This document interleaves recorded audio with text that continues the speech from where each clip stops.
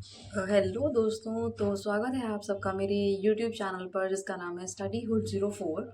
तो आज हम एक बहुत ही इम्पोर्टेंट क्वेश्चन के बारे में बात करने वाले हैं जो कि अक्सर एग्जाम में पूछा जाता है। और क्वेश्चन है John Keats as a poet of negative capability. तो ये क्वेश्चन जो है वो बहुत ही इंपॉर्टेंट है और अगर आपके इंग्लिश लिटरेचर में एग्जाम्स आने वाले हैं तो ये क्वेश्चन आपकी बहुत ज़्यादा हेल्प करने वाला है। तो आइए देखते हैं इसमें क्या लिखा है। सबसे पहले जब भी आपसे ऐसा कोई क्वेश्चन पूछा जाए कि जिसमें आपसे पूछा है कि जॉन कीट्स को हमें डिस्क्राइब करना है एज अ नेगेटिव कैपेबिलिटी, तो इसमें हमें क्या करना है। सबसे पहले हम इस टर्म को थोड़ा सा बताएंगे कि ये नेगेटिव कैपेबिलिटी होता क्या है। जैसे John Keats one of the greatest romantic poets introduce the idea of negative capability, कि ये जो नेगेटिव कैपेबिलिटी का आइडिया है ये जॉन कीट्स ने इंट्रोड्यूस किया। इसका मतलब क्या होता है, तो इसका मतलब बताएंगे सबसे पहले हम। Like which means the poet can stay calm in doubts, uncertainties and mysteries without trying to explain everything।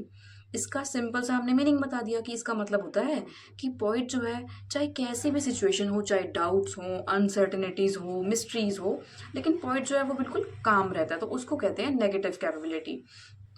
फिर हम देखेंगे आगे, for Keats poetry was about feeling. Keats के लिए पोइट्री ऐसी है जैसे कि फीलिंग्स, इमोशंस डीपली, कि हमें इमोशंस को डीपली फील करना है, appreciating beauty and exploring the life mysteries rather than giving a logical answer. तो वो कहते हैं कि हर चीज़ का एक लॉजिकल आंसर नहीं होता, हमें हर चीज़ को डिस्क्राइब करने की ज़रूरत नहीं है। इसका मेन आइडिया ये है। उसके बाद हम बात कर लेते हैं living in emotions. Keats poetry shows how he could immerse fully in human feelings. तो अब हमने ये एक टॉपिक के बारे में हमने यहाँ पे बात करा, ये हेडिंग है लिविंग इन इमोशंस।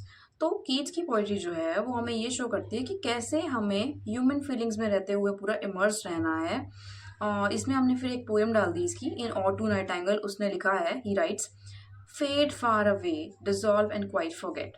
फिर उसके बाद जब हमने ये छोटी सी कोटेशन ऐड करी, अब इसको हम थोड़ा सा एक्सप्लेन करेंगे। जैसे this simple line express everything, happiness, beauty और pen does not last forever, it goes away and is eventually forgotten। कि कोई भी चीज़ हो, चाहे वो दुख हो, चाहे वो खुशी हो, या चाहे वो ब्यूटी हो, वो हमेशा नहीं रहती है, वो कभी ना कभी वो फेड अवे हो जाती है। फिर नेक्स्ट हमने हेडिंग डाली love for beauty and mystery. फिर थोड़ा सा हमने इसको डिस्क्राइब किया और फिर उसके बाद हमने फिर वही एक पोएम को मेंशन किया, जैसे in ode on a Grecian urn he writes. फिर हमने लिखा heard melodies are sweet but those unheard are the sweater.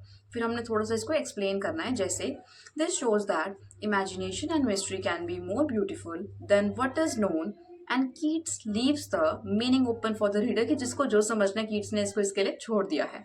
Next हमने देखा एक्सेप्टेंस ऑफ लाइफ्स कॉन्ट्राडिक्शंस।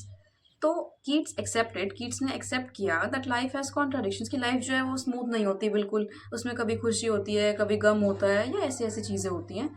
तो उसके बाद हमने फिर से एक एग्जाम्पल ले लिया, मतलब हर हेडिंग के अंदर आपको एक पोएम मेंशन करनी है और उसके बाद उस पोएम की जो फेमस लाइन है, जो कोटेशंस हैं, आपको उसमें डालना है। जैसे मैंने इसमें फिर डाली joy and beauty must die. उसके बाद मैंने थोड़ा सा इसको एक्सप्लेन कर दिया और लास्ट में आता है इसका कंक्लूजन। जैसे Keats negative capability shows us power to accept mystery and uncertainty. कि कीट्स की जो नेगेटिव कैपेबिलिटी है वो ये दिखाती है कि कितना पावरफुल है कीट्स, कि मतलब चाहे कितना भी डाउट हो, कितना परेशान हो, अनसर्टेनिटी हो, लेकिन वो क्या करता है कि अपनी पोएट्री को कॉन्टिन्यूसली लिख रहा है, उससे कोई फर्क नहीं पड़ता, वो हर सिचुएशन में काम है, वो ये दिखाता है।